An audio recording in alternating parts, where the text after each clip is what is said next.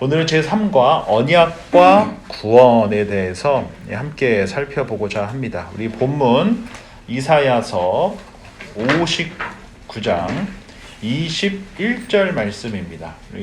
제가 나눠드린 아마 교재에 써 있는데요. 이사야서 59장 21절 말씀 우리 한 목소리로 읽도록 하겠습니다. 여호와께서 이르시되 내가 그들과 세운 나의 언약이 이러하니 곧 내 위에 있는 나의 영과 내 입에 둔 나의 말이 이제부터 영원하도록 내 입에서와 내 후손의 입에서와 내 후손의 후손의 입에서 떠나지 아니하리라 하시니라. 여호와의 말씀이니라. 아멘. 오늘은 이제 그 언약이 뭐냐, 좀 뭐 어려운 말일 수도 있는데 언약이 뭐고 그다음에 또 구원이 뭐냐에 대해서 좀 성경책을 쭉 함께 살펴보면서 언약과 구원이 뭔지, 구약을 통하여서 하나님께서 맺으신 그 언약의 그 종류가 뭐고 또 언약이 각각 무엇이었고 그 언약이 하나님께서 우리를 구원하시겠다고 하시는 그 언약, 예수 그리스도와 맺은 그 새 언약과 어떤 관계가 있는 것인가에 대해서 조금 어려울 수도 있어요. 오늘은 어려울 수 있지만 한번 이렇게 쭉 전체적으로 구약 성경부터 쭉 보면서 하나님께서 언약을 이렇게 만들어 가셨구나. 그리고 하나님께서 맺은 언약이 이런 개념이구나. 그래서 하나님께서 나를 새 언약으로 하나님의 백성 삼으신 그 약속과 언약이 이렇게 중요한 것이구나에 대해서 성경 그 전반에 걸친 좀 큰 테두리 안에서 아주 그 언약이 뭔지 좀 함께 살펴보는 시간을 갖고자 합니다. 첫 번째로 사람이 이 타락한 후에 어떻게 되었는가에 대해서 함께 좀 먼저 좀 살펴보도록 하겠습니다. 이제 인간이 우리 지난 시간에 함께 본 것처럼 인간이 타락한 후에 하나님께서는 첫 번째로 뭘 하셨죠?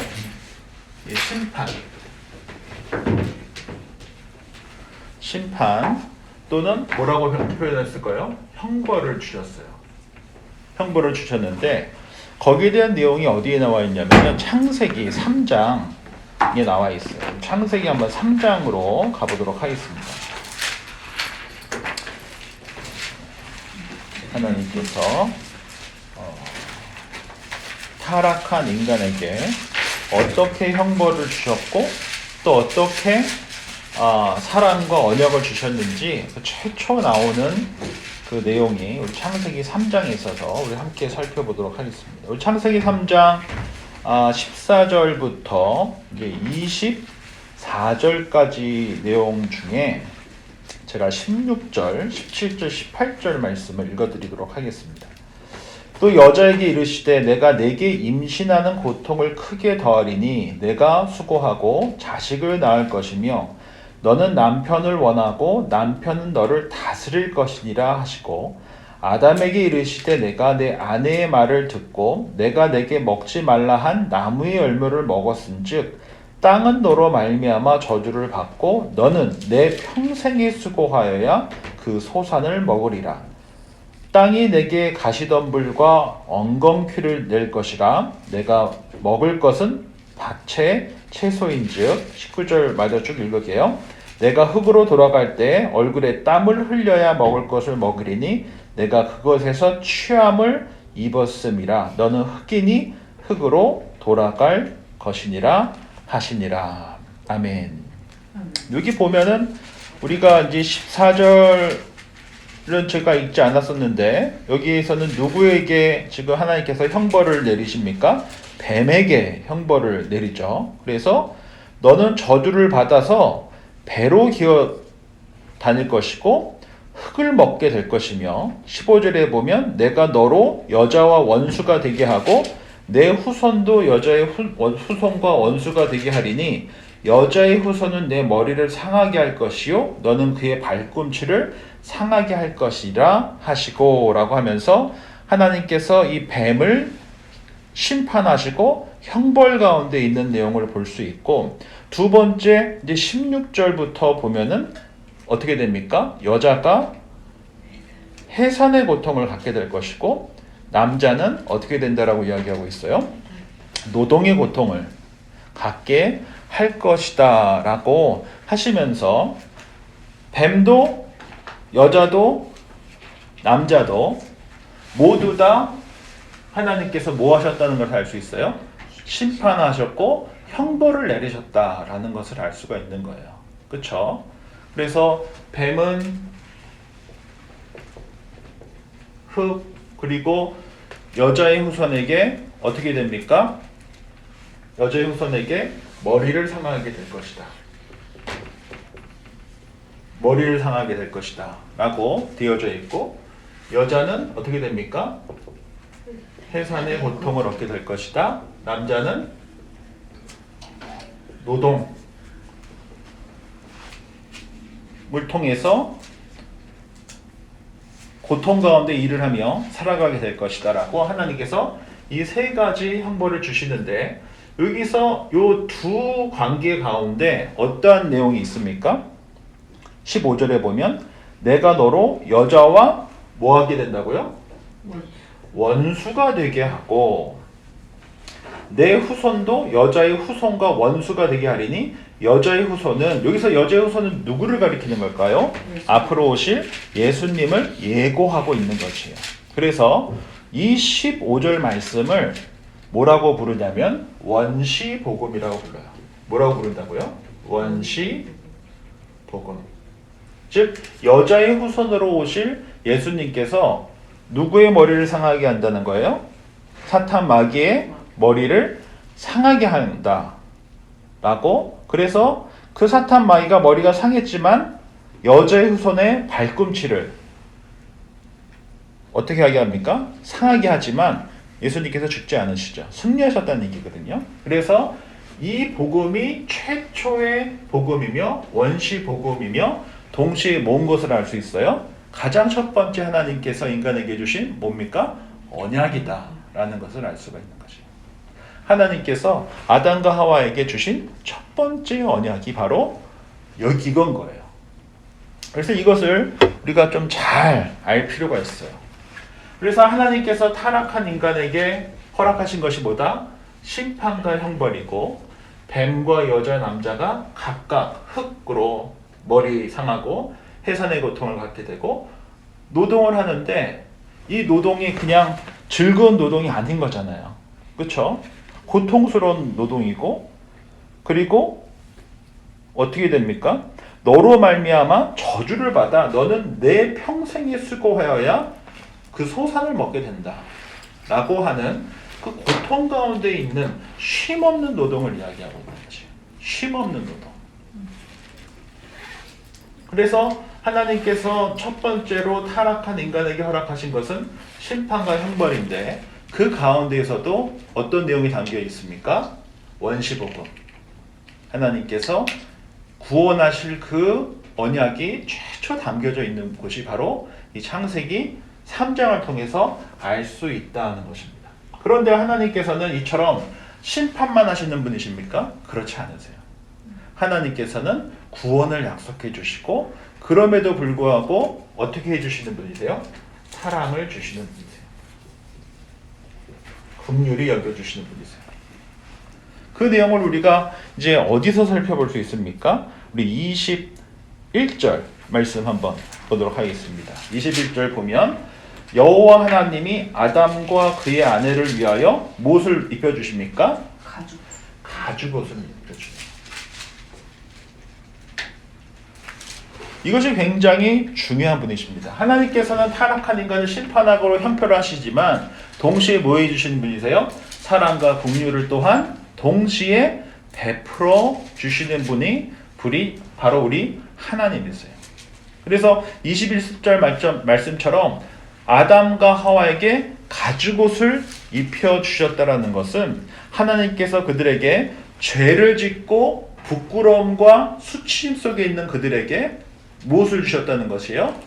가죽옷으로 그들을 가려주셨다라는 것이에요.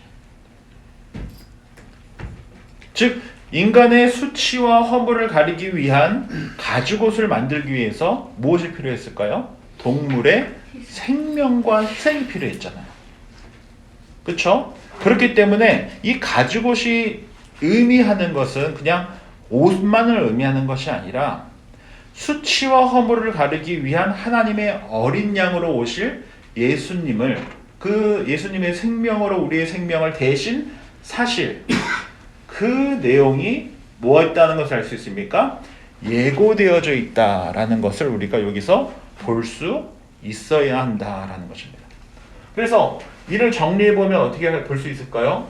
죄로 물든 불순종으로 말미암아 죄로 물든 인간에게 하나님께서 첫 번째로 타락한 그들에게 심판하시고 형벌하셨어요. 그러나 심판과 형벌을 통해서 하나님께서 공의만을 세우시지 아니하시고 어떻게 하셨습니까? 그들을 사랑과 긍휼하셔서 그들의 부끄러움과 그들의 수치를 생명으로 덮어주셨단 말이에요. 이를 통해서 하나님의 언약은 늘 뭐와 뭐가 함께 움직인다는 것을 알 수 있습니까? 하나님의 공의와 하나님의 사랑이 늘 함께 했다라는 것을 보실 수 있으셔야 돼요. 그래서 하나님은 어떤 분이십니까? 공의의 하나님이세요. 하나님께서 세우신 것을 하나님께서는 지키시는 분이시는 거예요. 그런데 그것을 지키기 위해서 어떻게 하세요? 남의 희생이 아니라 하나님께서 하나님의 사랑과 긍휼로 그들을 덮어주시기 위해서 누구를 예비하셨습니까? 계획하셨습니까? 예수 그리스도의 보혈을 바로 이때부터 뭐 하셨다는 것을 알 수 있습니까? 계획하시고 준비하셨다라는 것을 우리가 알 수 있다라는 것입니다. 그래서 이 첫 번째 질문을 통하여서 인간의 그 타락 가운데 하나님께서 하나님의 공의와 사랑을 이렇게 세우셨다라는 것을 우리가 잘 알 필요가 있어요. 그러면 이제 두 번째로 우리가 질문을 통해서 볼 수 있는 것이 무엇이냐? 우리 2번 질문 보면 창세기 4장부터 11장까지 보면 인간은 더욱더 타락하게 된다. 왜 그런가? 하나님께서는 이에 대해서 어떻게 반응하시는가? 바로 아담과 하와의 불순종으로 말미암아 그들은 에덴 동산에서 쫓겨나게 됩니다. 그리고 그들에게 하나님께서 가죽옷을 입혀주셔서 그들의 부끄러움과 수치심을 생명으로 갈아주셨어요. 이 모든 사건은 앞으로 오실 예수님에 대한 예고예요. foreshadowing이에요. 그런데 창세기에 보면 창세기 4장부터 11장 가운데 중요한 우리가 너무나 잘 아는 몇 가지 이야기들이 있는데 그 중에 첫 번째가 4장에 보면 누가 나옵니까? 가인과 아벨. 최초의 인류의 살인사건이 가족 가운데 나요. 그 형제 가운데. 그 두 사이에 생긴 질투와 뭡니까? 그 사이의 질투와 욕심 때문에 가인이 아벨을 쳐 죽이게 되는 사건이 일어나요. 그리고 나서 어떤 일이 일어납니까? 6장부터 9장을 통해서 보면은 노아와 방주 사건이 일어나죠. 그리고 나서 11장에 어떤 사건이 나옵니까?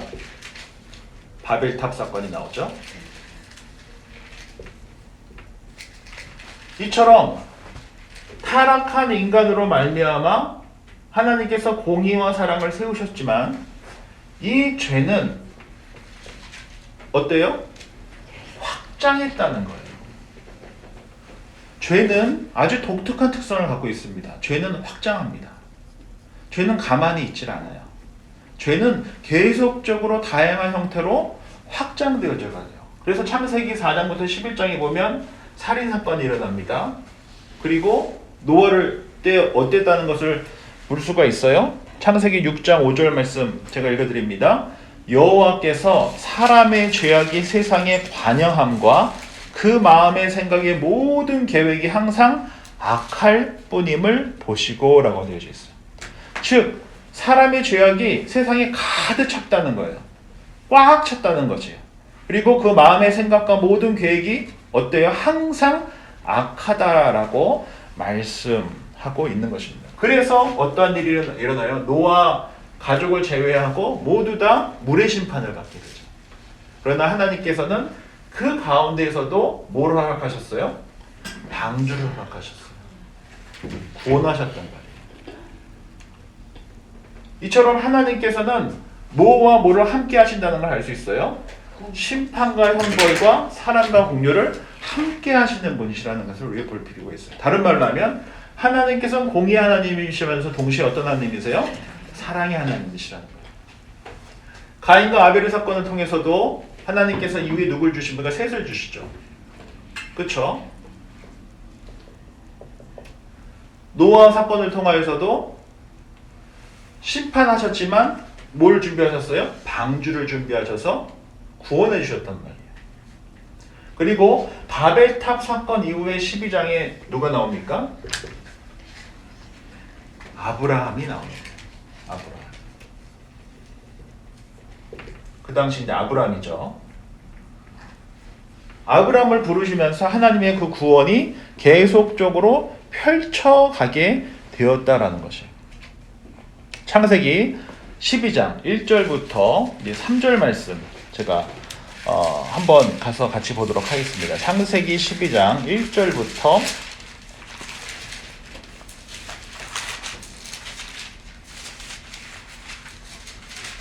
3절까지의 말씀을 우리 한 목소리로 읽도록 하겠습니다.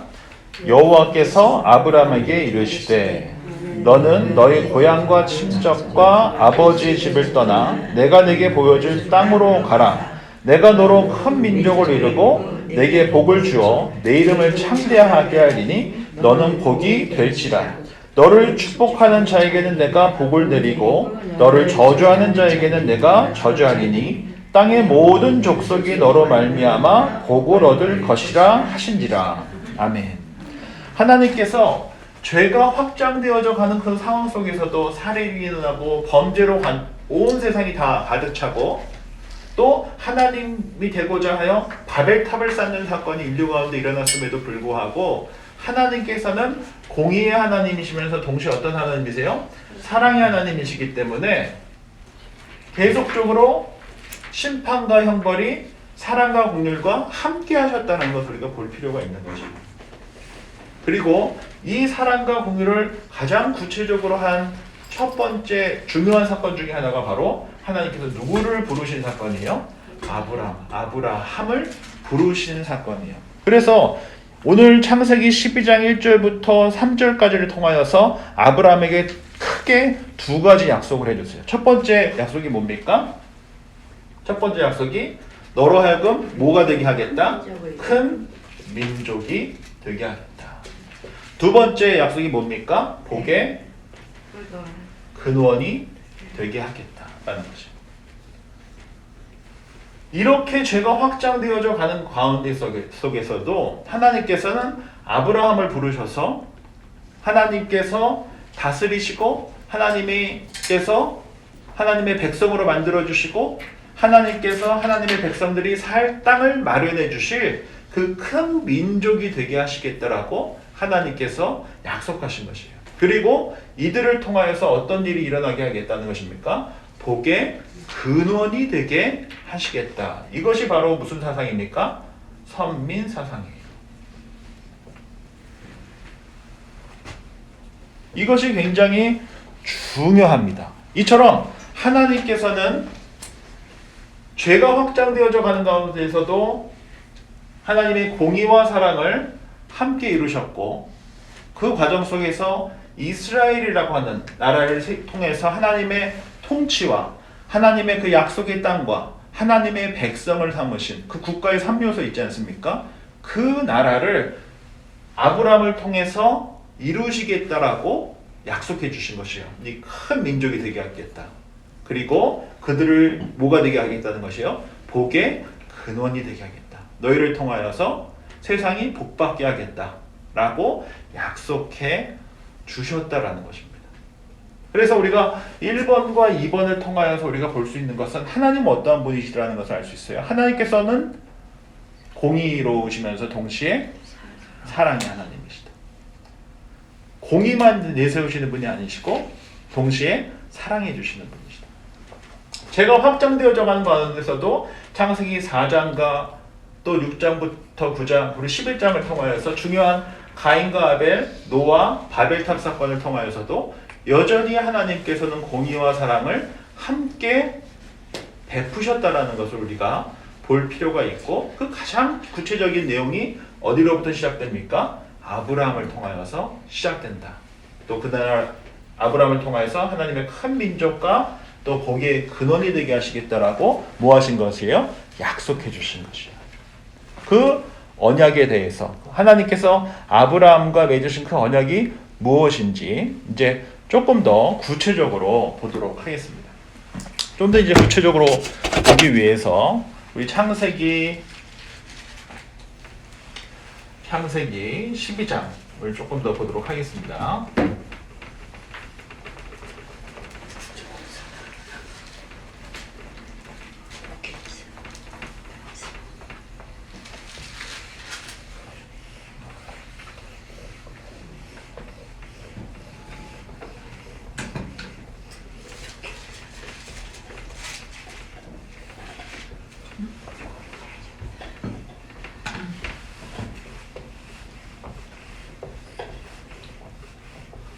자, 이렇게 보시면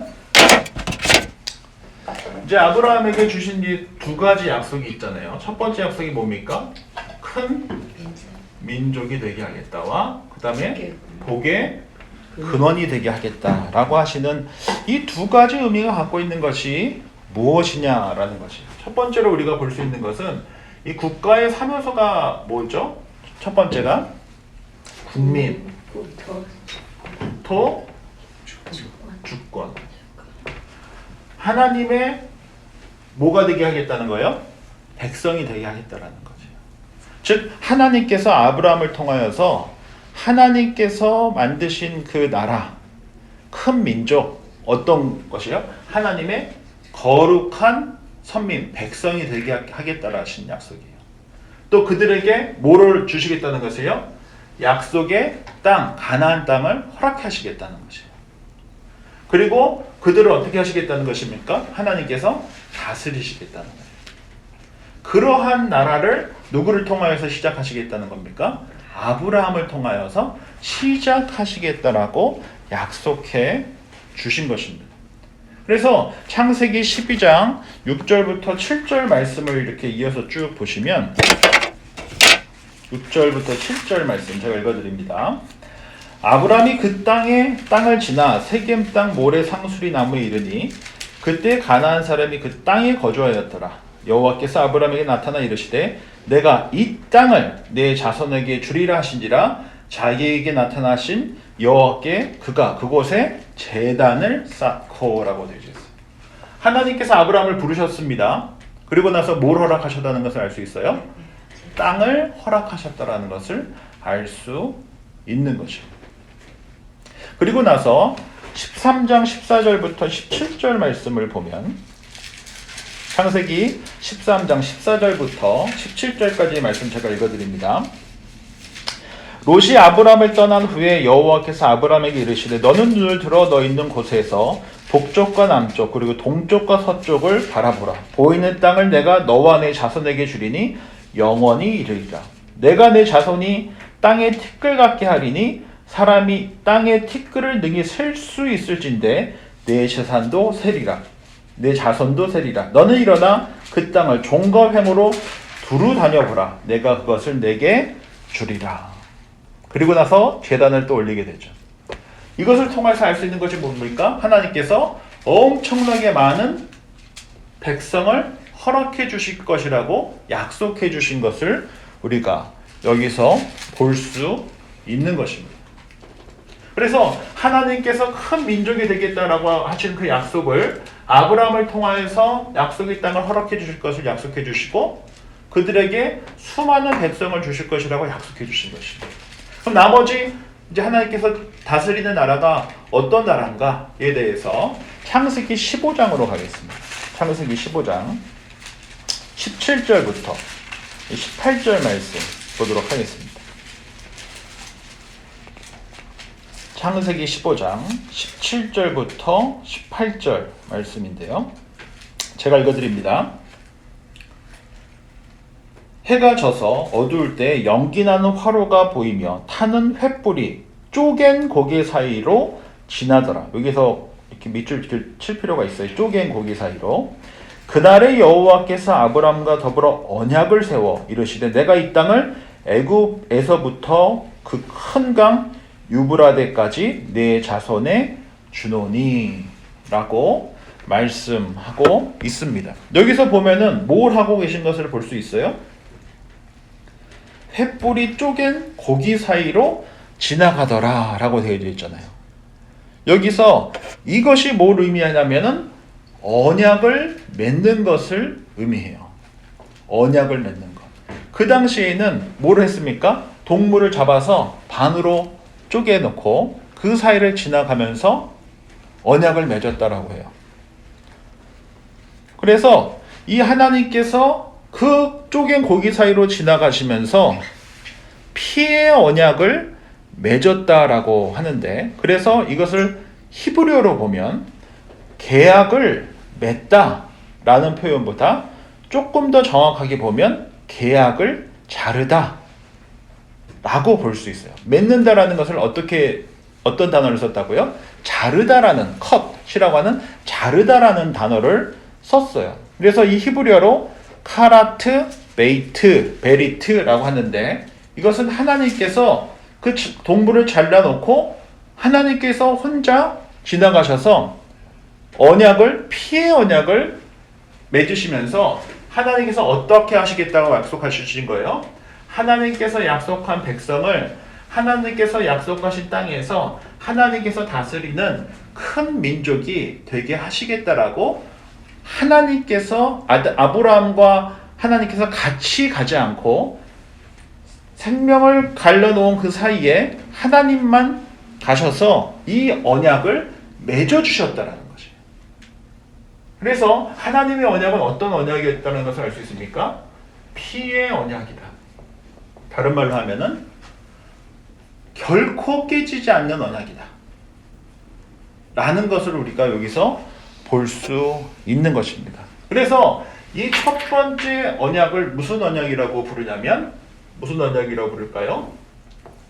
아브라함의 언약이라고 불러요. 아브라함의 언약. 하나님께서 큰 민족이 되게 하고 그들이 복의 근원이 되겠다고 약속하신 그 언약을 무슨 언약이라고 합니까? 아브라함의 언약이라고 한다라는 것입니다.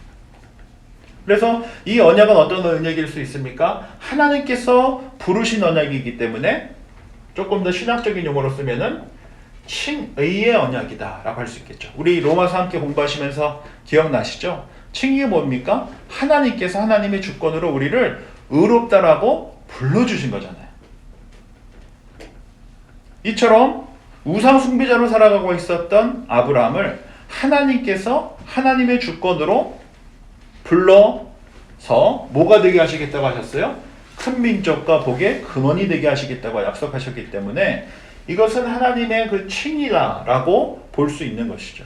그리고 어떤 언약이라고 또 볼 수 있습니까? 은혜의 언약이다. 왜냐하면 하나님께서 맺으신 언약이기 때문에, 쌍방간에 맺은 언약이 아니라 하나님께서 일방적으로 맺으신 언약이라는 것이에요. 저와 여러분들이 지금 이 자리에서 하나님의 말씀을 듣고 그리스도인으로 살아가게 된 것은 우리의 수고와 애씀을 일어난 것이 아니라 하나님께서 주권으로 우리를 불러 주신 것이에요. 이를 뭐라고 합니까? 칭의라고 하는 것이에요. 그래서 하나님께서 아브라함을 부르셨듯이 저와 여러분들을 이 땅 가운데서 그리스도인으로 살아가도록 부르신 것 또한 무슨 언약입니까? 칭의의 언약이며 동시에 어떤 언약이에요? 은혜의 언약이다 라고 볼 수 있는 것입니다. 부르심의 언약이며 칭의의 언약이며 은혜의 언약이다. 이렇게 볼 수 있는 것이죠. 네 번째로 그 다음에 나오는 것이 무슨 언약이냐? 바로 모세의 언약이에요. 또는 이를 다르게 표현하면 신의 산 언약이라고 해요. 모세의 언약 또는 신의 산의 언약이라고 합니다. 우리가 잘 알다시피 하나님의 섭리 속에서 이스라엘 백성들이 어디 가게 됩니까? 애굽에 가게 되죠. 거기서 몇 년 살아요? 400년을 살아요. 그러면서 어떻게 됩니까? 애굽의 종이 돼요. 애굽에서 400년 살아가면서 애굽의 종으로 살아가면서 죄와 사망의 권세 아래에서 죄에 물들어 고통 가운데 살아갔었다는 것입니다. 그런데 어떻게 되매? 때가 차매 하나님께서는 어떤 일을 하십니까? 구원의 역사를 준비하셨고 누구를 통해서? 모세를 통하여서 이스라엘 백성들을 구원하십니다. 그때 뭘 하시죠? 10가지 재앙을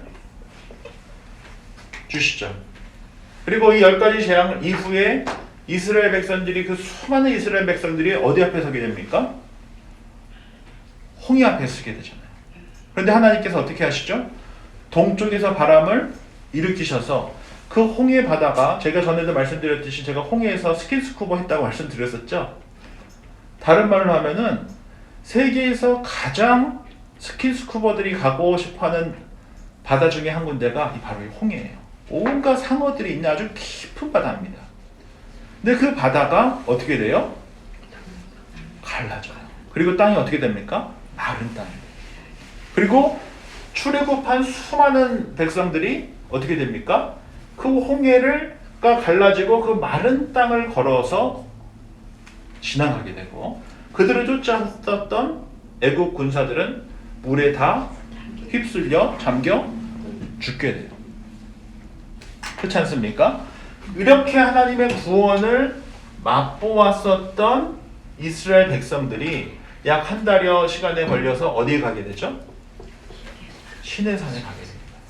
그리고 여기서 한 2년 정도 머물게 되면서 무엇을 받게 됩니까? 십계명을 받게 돼요.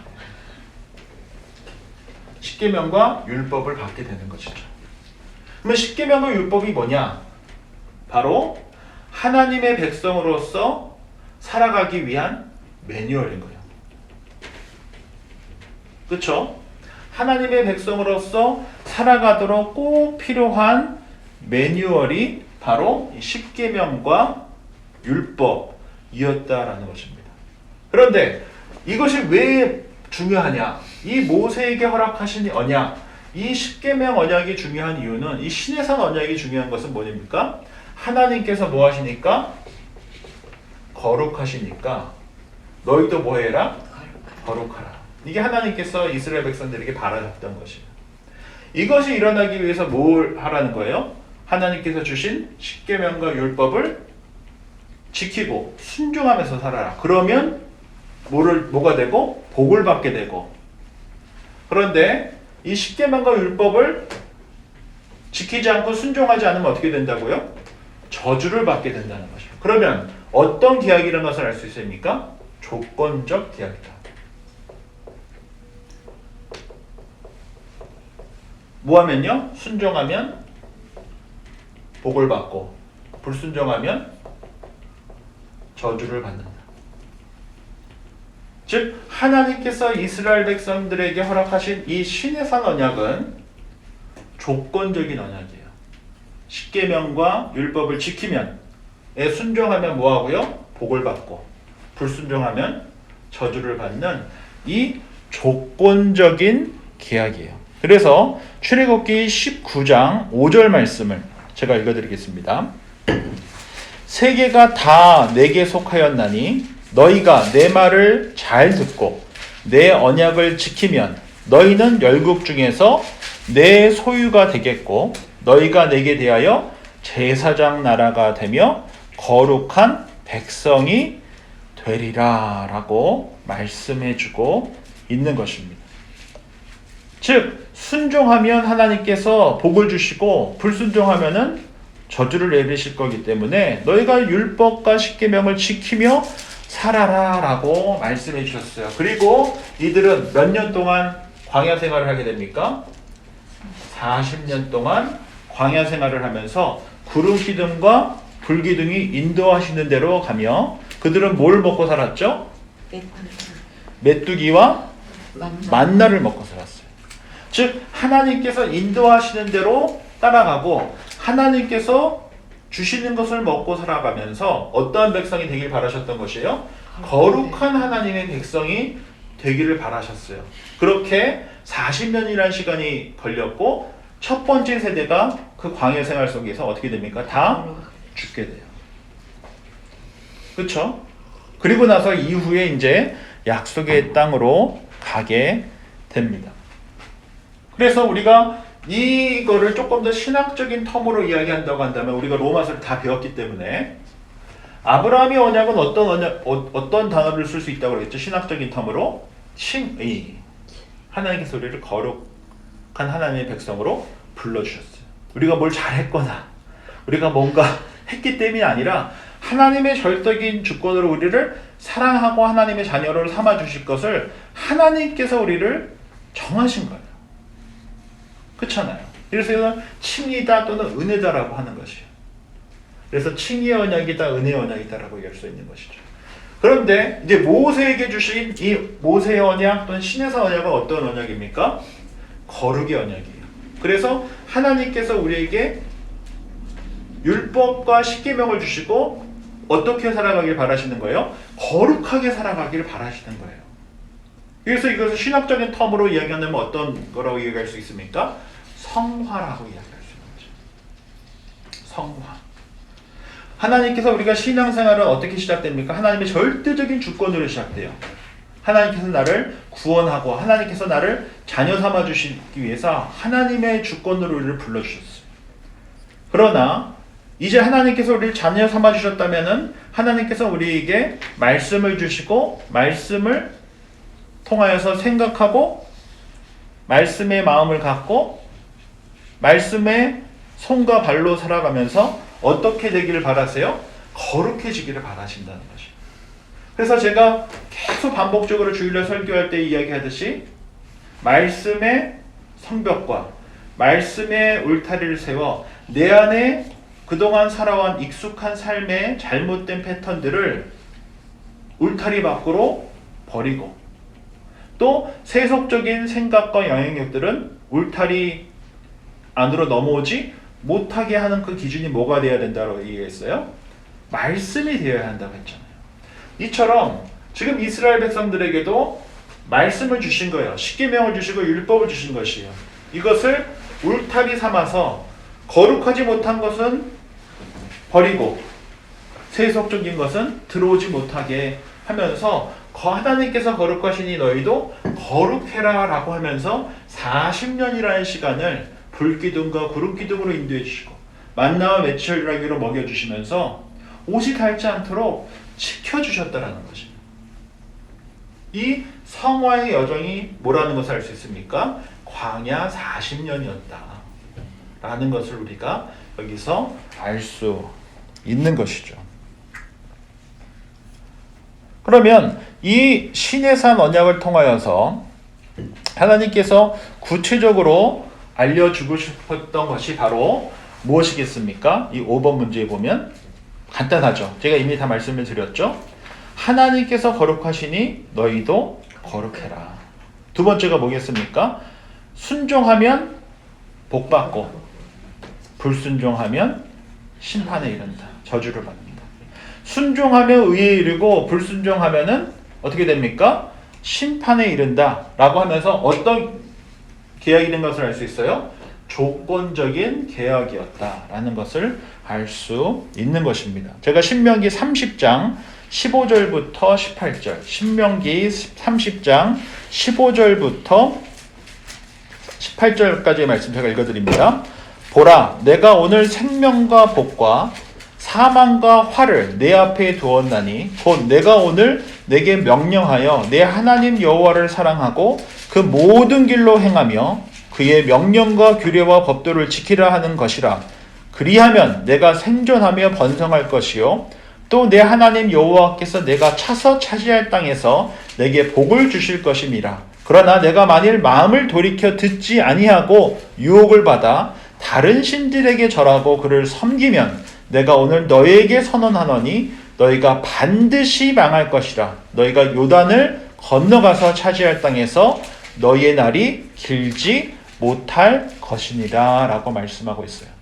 즉 하나님께서 아브라함에게 허락하셨던 이 두 가지 큰 민족이 되게 하고 복의 근원이 되겠다라고 하는 이 일이 어떻다는 것을 알 수 있어요? 순종할 때 이루어지고 불순종하면은 그렇지 못할 것이다라고 하나님께서 강하게 압박하셨다는 것을 우리가 알 수 있으며, 이 모세의 언약, 시내사 언약은 조건적인 언약이다. 순종하면 복받고 불순종하면은 어떻게 됩니까? 저주받는 조건적인 언약이다라는 것을 우리가 여기서 알 수 있습니다. 그러면 이어서 그 다음 언약이 뭐냐에 대해서 또 계속 살펴보도록 하겠습니다. 그 다음에 이제 다음 문제 보시면 누가 나옵니까? 다윗이 나오죠. 다윗의 언약.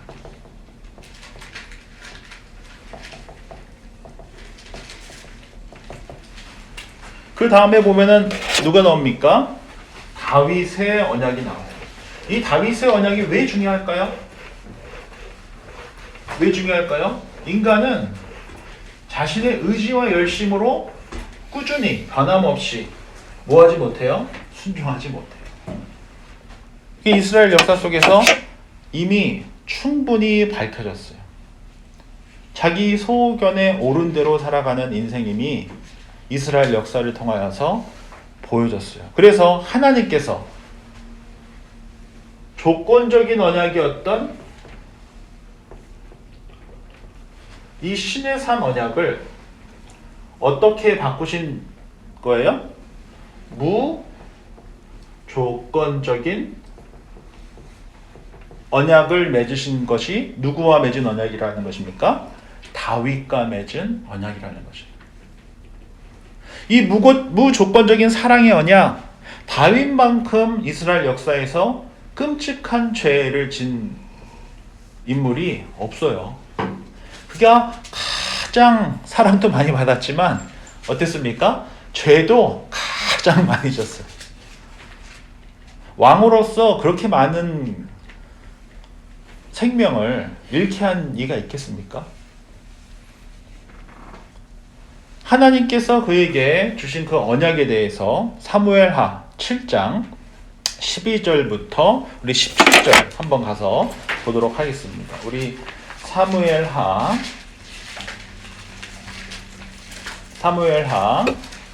7장 12절부터 17절까지 말씀입니다.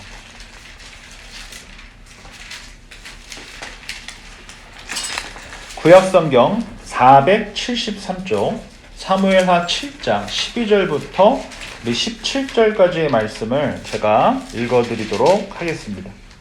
내 수완이 차서 내 조상들과 함께 누울 때 내가 내 몸에서 날 내 씨를 내 뒤에 세워 그의 나라를 견고하게 하리라.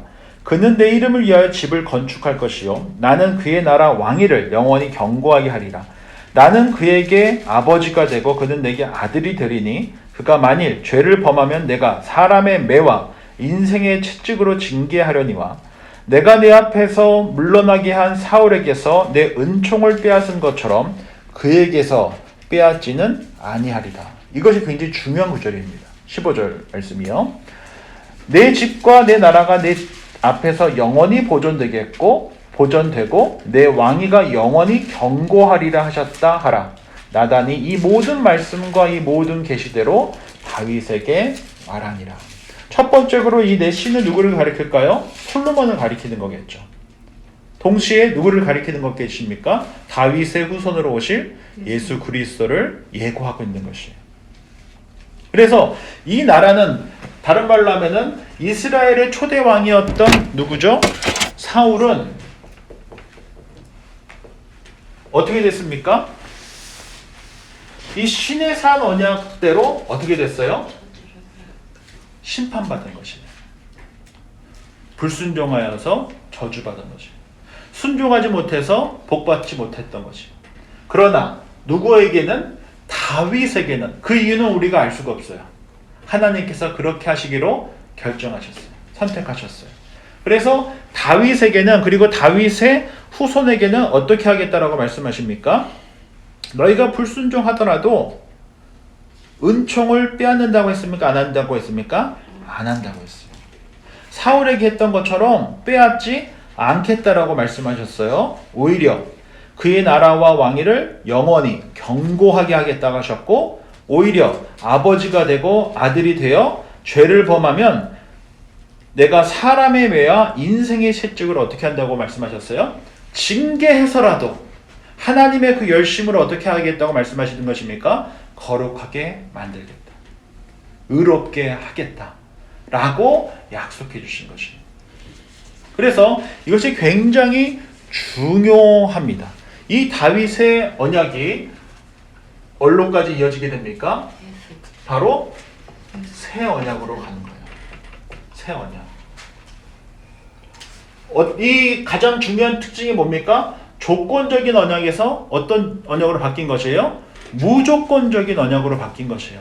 하나님께서 저와 여러분들을 부르신 것은 아까도 말씀드렸듯이 우리의 잘남과 수고로 인해서 하나님께서 부르신 것이 아니고 하나님께서 우리를 사랑하기로 결정하셨기 때문에 우리를 하나님의 자녀로 부르셨어요. 그리고 그 부르신 하나님의 자녀를 어떻게 하겠다고 말씀하고 계세요? 하나님의 자녀답게 되기 위해 죄를 범하면 내가 사람의 매와 인생의 책찍으로 징계해서라도 어떻게 하시겠다는 것이에요? 그 하나님의 열심으로 하나님의 사람답게 살아가도록 하나님께서 선택하신 그 구원을, 시작하신 그 구원을 반드시 하나님의 열심으로 어떻게 하시겠다고요? 이루시겠다라고 약속해 주신 것입니다. 이것이 너무나 중요합니다. 신의 사 언약은 조건적이지만 다윗의 언약은 어땠습니까? 무조건적이다라는 것이에요. 그리고 이 무조건적인 언약이 앞으로 왕정시대 이후에 수많은 선지자들의 말씀을 통하여서 어떻게 발전하게 돼요? 이것이 새 언약이 되고, 이 새 언약은 누구를 통해서 이루어지게 됩니까? 예수 그리스도를 통하여서 이루어지게 되는 것이에요. 그러면 이 새 언약에 대한 아주 대표적인 성경 구절을 하나만 찾아보도록 하겠습니다. 에스겔 36장 26절부터 27절입니다. 에스겔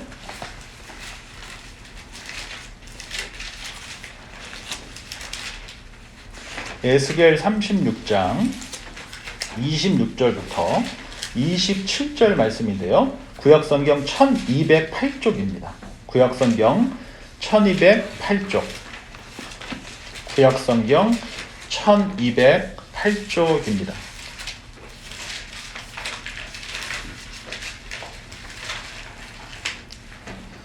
우리 26절, 27절 한 목소리 읽도록 하겠습니다. 또 새 영을 너희 속에 두고 새 마음을 너희에게 주되 너희 육신에서 굳은 마음을 제거하고 부드러운 마음을 줄 것이며 또 내 영을 너희 속에 두어 너희로 내 율례를 행하게 하리니 너희가 내 규례를 지켜 행할지라 라고 말씀하고 있어요. 그러면 이 새 언약의 가장 중요한 특징이 무엇입니까? 내 열심이 나옵니까? 내가 순종합니까? 그렇지 않다는 것이죠. 어떻게 하시겠다고 말씀하고 계세요? 새 영을, 바로 이건 누구를 가리킬까요? 성령님을 가리키겠죠. 새 영을 너희 속에 하나님께서 두고 그 새 영으로 말미암아 뭐를 갖게 된다고 말씀하고 계세요? 새 마음을 갖게 될 텐데 너희 육신에 있는 뭐를요? 굳은 마음을 제거해 주시겠다고 말씀하세요. 그리고 뭐를 주신다고요? 부드러운 마음을 주시겠다라고 말씀하세요. 그리고 내 영을 너희 속에 두어 너희로 내 율례를 행하게 하리니 너희가 내 규례를 지켜 행할지라. 다른 말로 하면 새 영이 우리에게 부어주어서 이 새 영으로 이야기하는 이 성령 하나님께서 우리 안에 내주하시며 그 내주하신 성령께서 어떻게 하시겠다는 것입니까? 굳은 마음을 제거해 주시고 부드러운 마음이 되게 하며 그리고 우리로 하여금 하나님의 말씀을 그 율례를 율법을 행하도록 일하시겠다라고 말씀하고 계시는 것입니다. 이것이 바로 무엇입니까? 새 언약이다라는 것입니다. 이것이 바로 다윗과 맺은 언약 이후로 수많은 선지자들을 통하여서 계속적으로 예고되어졌고 그 예고된 것이 마침내 언제 이루어지게 됩니까? 바로 예수 그리스도를 통하여 이루어지게 된다라는 것입니다. 그래서 히브리서 9장 12절 말씀 한번 보도록 하겠습니다. 히브리서 9장 12절.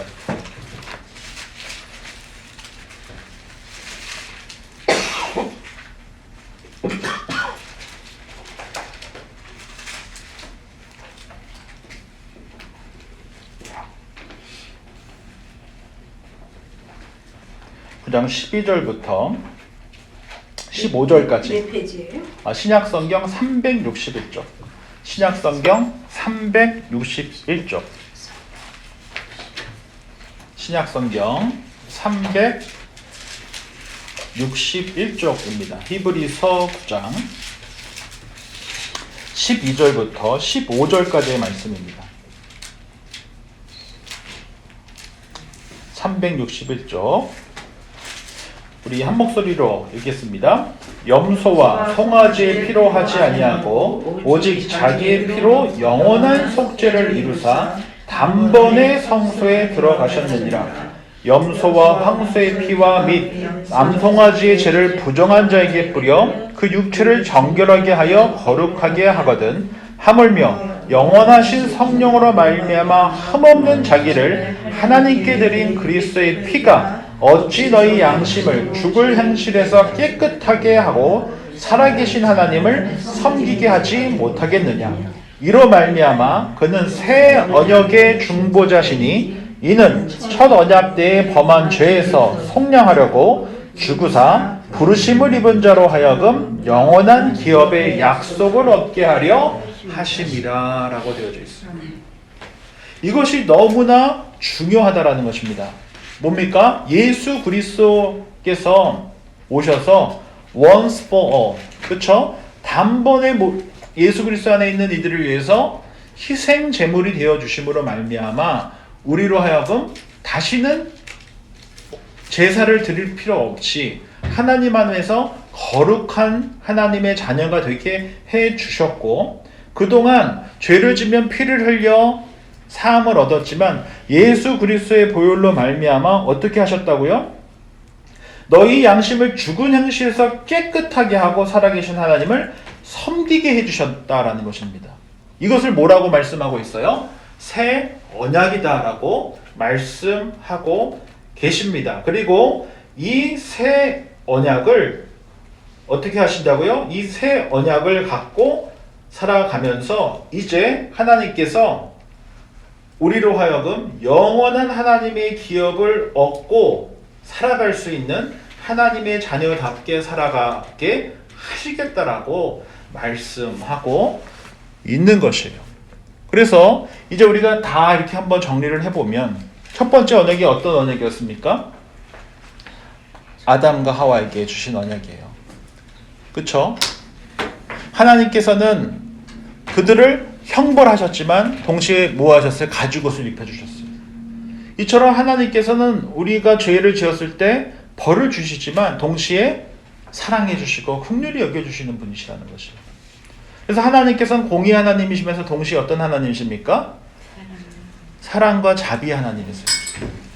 그 하나님의 하나님 되심을, 공의와 사랑의 하나님이심을 가장 잘 나타내 주는 것이 어디입니까? 십자가인 것이에요. 하나님께서는 십자가 없이 우리를 구원하지 않으셨다는 것을 기억하셔야 돼요. 얼마든지 그렇게 하실 수 있으시지만 하나님께서는 공의를 세우시는 분이세요. 그런데 그 핏값, 그 죄값을 누가 지셨어요?